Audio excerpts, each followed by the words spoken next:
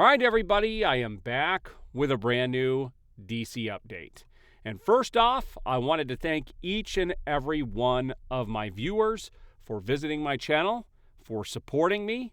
It means a lot to me. And if you're new here, if you like today's video, please take the time to like the video, subscribe, and hit that notification bell so you will be notified as I have new videos go up.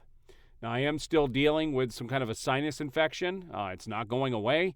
I'm probably going to have to get some antibiotics because it's been a couple weeks now, and it just does not seem to be going away. So if I sound a little nasally, you guys know why. But it was revealed by Matt Reeves who the villain of the Batman 2 is going to be, and I will talk about that at the end of today's video. But let's take a look at some of the screen grabs that I have since my last update. All right, so first up, here are the two issues. The one issue of Red Hood that was released where this series was canceled, and they actually wanted people to bring these comics back into comic shops to get a refund and have these sent back to DC so they could be destroyed. I think I'm going to refrain from doing that because these are now going to become a collector's item. And so I will not be pulling these out of the sleeves or opening these. I do love that Jim Lee art. Yeah, this series was honestly doomed from the get-go simply because of the person behind it, which is a shame. This was pretty cool. DC's best-selling comic issue of 2024, up until recently, was Absolute Batman #1.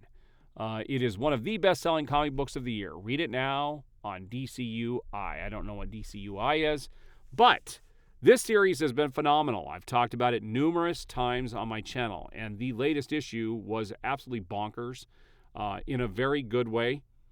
And what's crazy is Batman was relaunched.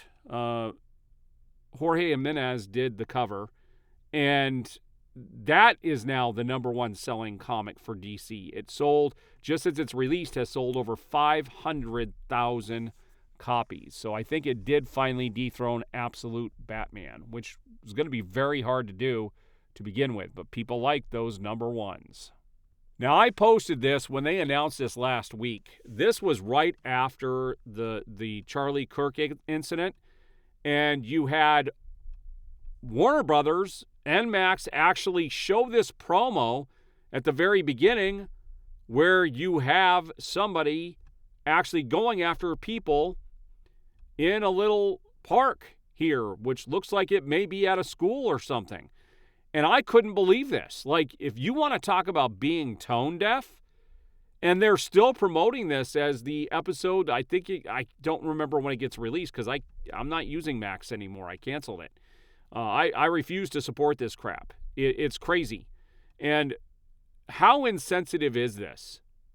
But they're going to go ahead and still show it anyway. It's despicable. Now, James Gunn was out there talking about this super secret DCU project, and this is what he had to say. He had met with the writer and the director of this secret DCU project. He said, "I was just meeting with the writer and the director of the forthcoming secret DCU project that we're doing, and they were asking us how much VFX and how much it costs and how many VFX characters we can have." And then they were talking about the superheroes in the show, and I was like, the one thing you kind of got to be careful about is the superhero costumes, because they're really difficult to make. They're difficult to make look good, and they usually cost a lot more money than it does creating a CGI character. Oh, well, that tells you a lot right there. And is this going to be a show or a movie? Because it's being listed as a DCU project, not necessarily a movie. And he says here about the superheroes in the show. Now, I don't know if he's talking about the superheroes in Peacemaker, maybe. I don't have the whole quote. But this seems to me like this DCU project might be a TV show rather than a movie. James Gunn was also asked if there were going to be immediate plans for Peacemaker and Vigilante after Season 2 of Peacemaker.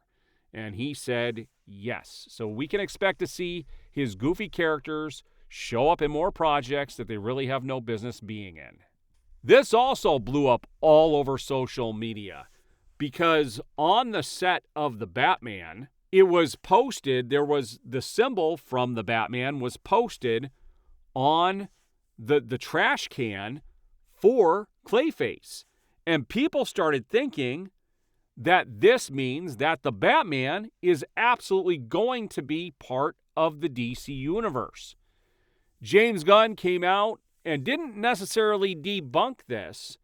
Here's what James Gunn actually said. Although the trash can is from the set, I have a hard time believing the bat was put there by the art department. But if so, it never came across my desk. I don't have time to okay every piece of set dressing.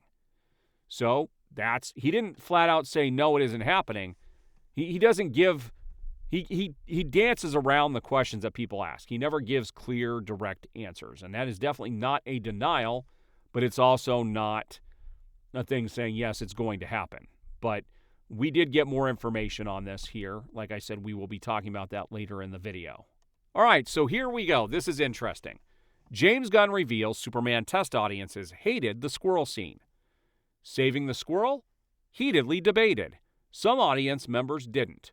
Why is he saving a squirrel? Because it's a cute little adorable squirrel that was about to be crushed by a tail. It wasn't a small amount of people. There are a lot of squirrel haters out there. Who knew? Well, the bottom line on this is it was just stupid. It didn't need to be in the movie. And the way they do it, it's so quick that you don't have time to appreciate the scene. And this goes to show you that they knew the audiences didn't like this, but they still put it in anyway. James Gunn is doing stuff for James Gunn. That's what this comes down to, and I've told people this from the beginning. James Gunn is all about James Gunn, and I'm going to prove that to you again in today's video. But this was not liked by most people, but yet they kept it in the film.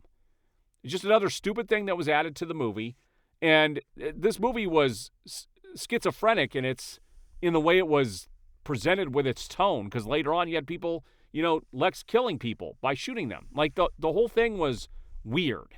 All right, so we have more news on the Warner Brothers sale, and this is just more just people speculating on what's going to happen. This came from Abo News. Acquisition buzz. Wells Fargo suggested that Warner Brothers Discovery's streaming and studio division could draw acquisition interest once it separates from the company's networks business in 2026, with Netflix seen as the most likely buyer. The brokerage raised its price target on Warner Brothers Discovery shares by $1 to $14, assigning a 30% likelihood to a potential sale. In a more optimistic scenario, analysts valued the content operations at roughly $65 billion, or more than $21 per share.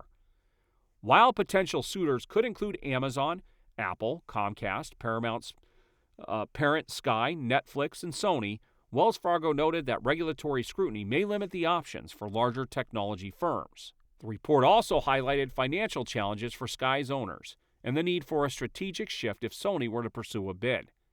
For Netflix, an acquisition would provide access to Warner Brothers Discovery's $12 billion annual content budget, a $6.5 billion library, and a 100-acre studio lot. Wells Fargo estimated such a deal could add 18% to Netflix's earnings by 2030 and support its path toward a $1 trillion market capitalization. In a blue sky scenario, with a 75% probability of a sale, Wells Fargo said Warner Brothers Discovery's value could climb above $20 per share. Guys, this went back down. Their shares dropped. Even after, it raised once they announced that the sale was possibility. Now it's dropped back down. $20 a share is still not good for a company like this. It's just not. So this was big news for the Penguin. They had the Emmys, and Kristen Milotti wins the Emmy for Outstanding Lead Actress in a Limited Series for the Penguin. She did a phenomenal job in that, especially in the first half of the season. Now, with that said, James Gunn was completely silent on this, and I pointed this out on X, how James Gunn didn't say a damn word about her win. Now, some people corrected me and said, yes, he did. He actually did a story on X, And he posted about her win. He just posted a still shot and saying something about the win. He didn't specifically say anything. But here's the thing. Most people don't see people's stories unless you're really into following them. It's the things that they post on the page that are going to be seen for a long period of time that make an impact. He simply posted on the story, so it came and went. You don't even see it. So technically he said something, but he is not promoting this. James Gunn is about James Gunn. The amount of stuff he has for Peacemaker and other things is incredible. He cares about his stuff. He is the most selfish CEO I have ever seen. And so the thing is, James Gunn will never have any of the people in his movies win an award like this. Now, somebody pointed out that he won an award. He didn't, but the team behind Suicide Squad won an award for costumes. That's something completely different, okay? You were talking about writing, directing, and the actors. James Gunn will never be in a category where he wins something like this for those things. It was also interesting that in an interview with MTV, Matt Reeves confirmed Kristen Milotti won't return as Sophia Falcone in The Batman 2. So they asked, what are your thoughts on this? I think it's kind of bizarre that she won't be in there if they're trying to make this all interconnected. I mean, she is in jail, but they could still tie this in. And in fact, the Penguin's not supposed to be in it very much. Now, this comes from The Hollywood Reporter. Matt Reeves says The Batman 2 will take Batman's character in an unexpected direction. The things that this film does for his character, for Batman and Bruce, I think it's never been done before in this way. We're also going to see what he says about the villain here in a little bit. So the Batman Saga News posted this. They said, it makes me so happy that after months of not hearing a lot from the Batman Part 2, we got some amazing updates, like Robert Pattinson has read the script and is very excited. Colin Farrell read it and calls it extraordinary. Jeffrey Wright says he heard amazing things. He also read it. Andy Serkis is excited for it and says it's epic. Hasn't read it yet. James Gunn read it and said it's great. Peter Safran read it and likes it very much. Warner Brothers are thrilled with the script. David Zaslav kept spamming James Gunn to read it. Mattson Tomlin says it will pass the first one. Well, that remains to be seen. There were a lot of people, even though the first film made quite a bit of money, I wouldn't say it was a massive hit, but it still definitely made a profit. There were a lot of people who did not like the movie. They thought it was too boring, and it's not a small portion of the audience. It was a large portion of the audience. So we will see how many people return for the second one. I'm not convinced. I don't know for sure, but I am not convinced that they're going to get as many viewers on the second one. HBO's Boss on the potential The Penguin Season 2. They're kicking around ideas. Obviously, Matt's has got to get the next Batman movie going. That is underway, I believe. So I think he and Lauren LaFranc are talking about ideas. So I'm hopeful that there will be another story to tell. Yeah, but again, we've heard so many things from Colin Farrell saying he doesn't necessarily want to do much of this character because of the makeup that's involved and how much effort is involved in playing this character. So here you guys go. Tomorrow, Superman will be available to stream free on HBO Max.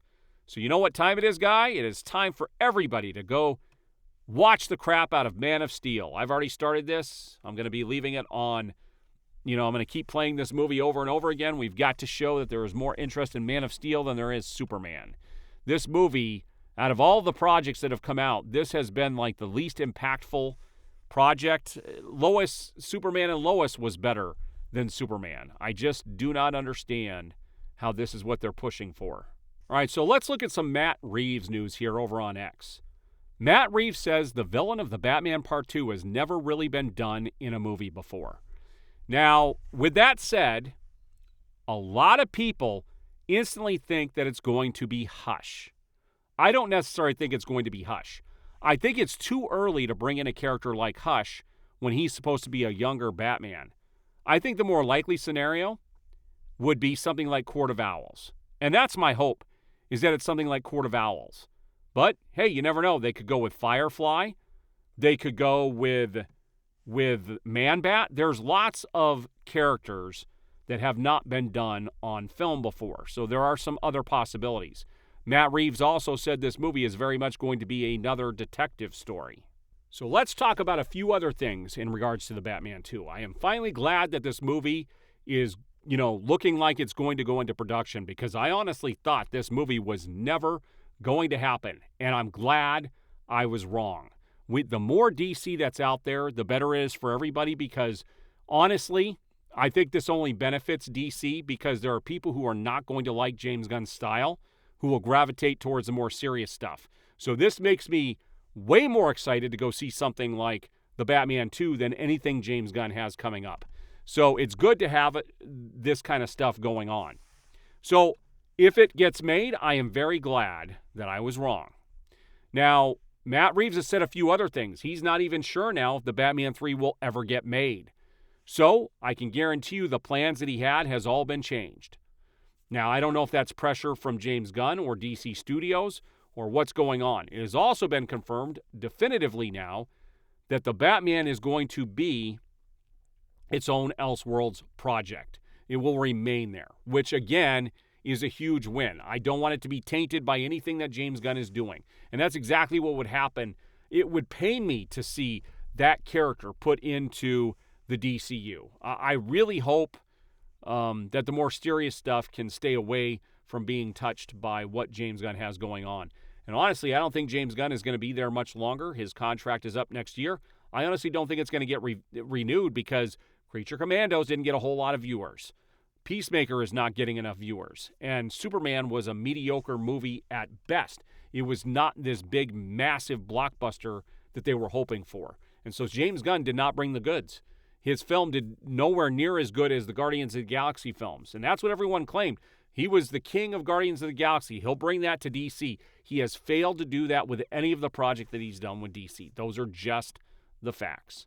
All right, guys. There's my update for the day. I do appreciate the support. We will see you on the next video.